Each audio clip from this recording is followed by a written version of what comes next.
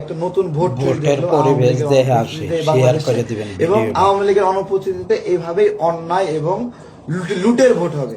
ঠিক আছে, আমি এই কেন্দ্রেই ভোট দিতে আসছিলাম। গেটটা পার হয়ে যখন ভিতরে গেছি আমাকে শোনাই দেওয়া হলো আপনার ভোট হয়ে গেছে।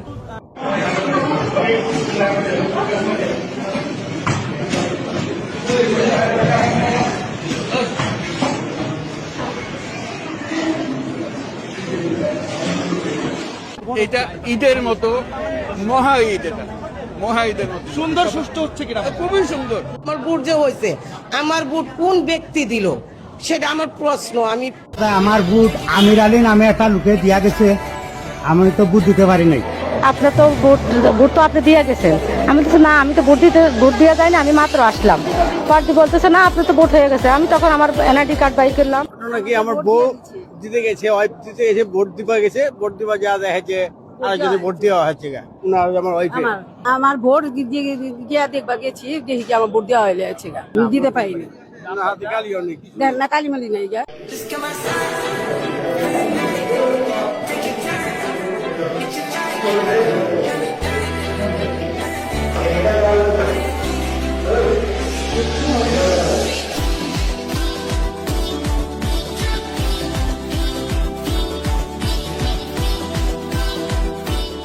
খুবই সুন্দর, খুবই সুন্দর। এটা ঈদের মতো মহা ঈদ।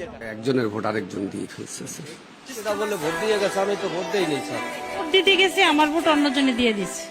ভোট দিতে গেছি, আমি ভোট দিতে যাওয়ার পরে আমার ভোট দেওয়া হয়ে গেছে।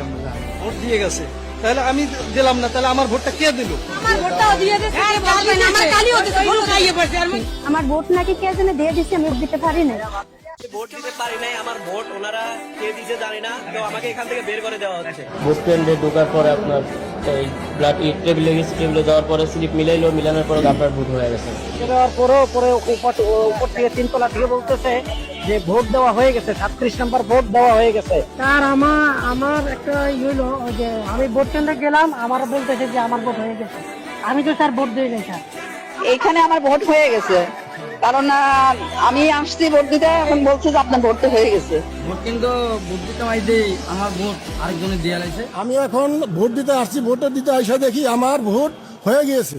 এটা ঈদের মতো মহা ঈদ, এটা মহা ঈদের মতো সুন্দর সুষ্ঠু হচ্ছে কিনা, খুবই সুন্দর।